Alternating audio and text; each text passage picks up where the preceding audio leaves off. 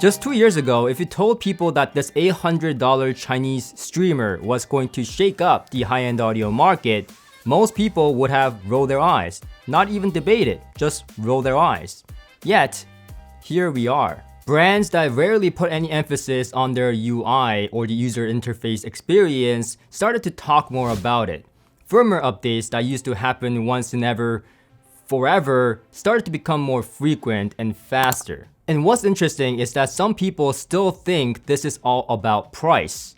It's not. When my DMP A6 review crossed 1.8 million views, I thought, okay, breakout product. Cool.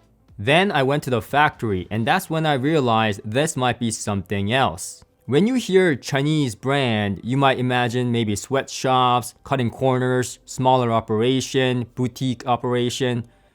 And that's not what I saw. What I saw was a full firmware team, not one guy, teams. People whose job is literally to refine the operating system, from design teams to those that actually test it at the back end. Beautiful listening rooms set up for actual demos for real-life interactions with their products. Because unlike any other brand, Eversolo wasn't interested in predicting how their product may be used by the end user. What they were really interested in was finding out how their product is being used and what can they do to improve that experience. This didn't feel like a hi-fi company. It felt like a tech company. And that's a very different foundation. When you're surrounded by software, you're not just making hardware and moving on. You iterate it, you update it, and you refine it. And iterations is what changes markets. And let's be honest, before the DMP A6, the streamer market was a little bit awkward. On the higher end, we had Uralic, Lumen, Orender,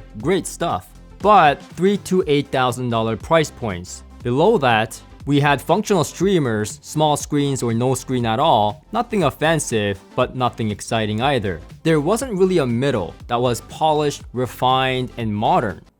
Until Eversolo showed up. Eversolo showed up with big display, clean UI, balanced outputs, actual usability at $800. And people didn't know what to do with that. Here's the part that no one likes admitting. If Eversolo brought out this product for not $800 but $3,000, same UI, same hardware, people would have called this visionary. At $800, people called it suspicious. And that difference tells you that this wasn't a technical breakout, it was psychological. Price signals safety in this hobby. But when that psychological wall breaks down, that's when things move quickly. What people may not know is that the Eversolo brand didn't appear out of nowhere. It was backed by Zidu. And that becomes important because most high-end brands start out analog. They build chassis, they build the analog circuits, and they build power supplies. And they refine it. But software, that becomes secondary. Zidu was different. Zidu started digital. Operating systems, media platforms, so software isn't a feature to them, it's the core. And that's a completely different mindset. Now here's the part that I think most people are underestimating. Luxon. At first glance, it looks like, okay, cool, another headphone brand. But look closer. They're building hardware integrated with a growing database of headphone-specific EQ profiles. Not generic tone controls or boost that bass, but this was actual correction curves for each model of the headphones, a database. And you bet they're continuing to add to that database. And that's not typical hi-fi behavior, that is platform behavior. And the guy running that division, Terry, former Microsoft engineer. I interviewed him. That's not an audiophile resume, that's system engineering. You don't just bring on someone like that if you're just making nice little DAC amps. This tells me that there is some long-term thinking. This industry has gone through cycles. When Class D first matured, dismissed. When Chinese amplifiers entered Western markets, dismissed. When R2R came back through affordable brands, skepticism. Then followed by normalization. So what's different now? Well, that disruptive vector is now software. And software moves faster than any hardware ever can. The younger generation of buyers in this hobby grew up with iOS system updates, app ecosystems, feature drops, polished interfaces. They don't see firmware updates as a bonus, they expect them. So when a high-end product behaves like a fixed appliance, despite how great it may sound, it feels dated. And once expectations shift, it doesn't go back. Now, I'm not suggesting that the legacy brands are in trouble. No way. There's a different ecosystem entirely. They're developing mechanical engineering and long product cycles that require a long time of cumulative knowledge and care and expertise. Software is a different type of DNA. Large development teams, UI designers, integration pipelines, and continuous firmware updates. And for those legacy high-end brands, that's not a small adjustments. That's restructuring. And restructuring takes time.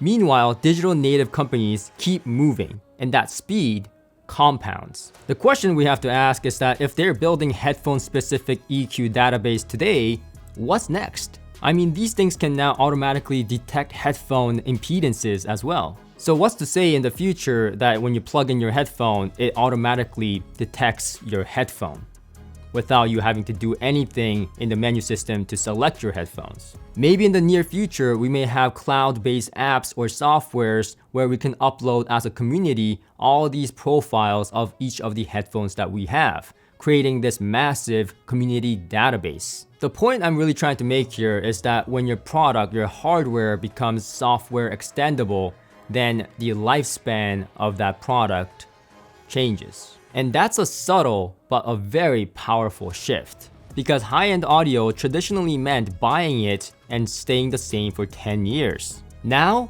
some companies are continuously evolving fast at a very fast pace, and that changes loyalty and product expectations. So no, this isn't about whether DMP A6 is good for $800.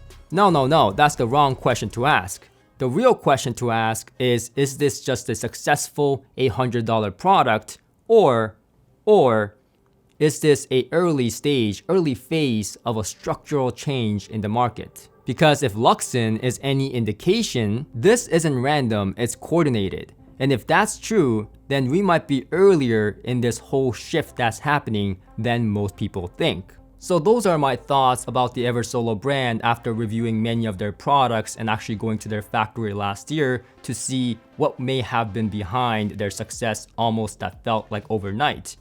But I'm curious to hear what you think. Let me know in the comment section if you agree, disagree, or have a different perspective. Would love to hear what you think. And I'll see you guys on the next one. Until next time.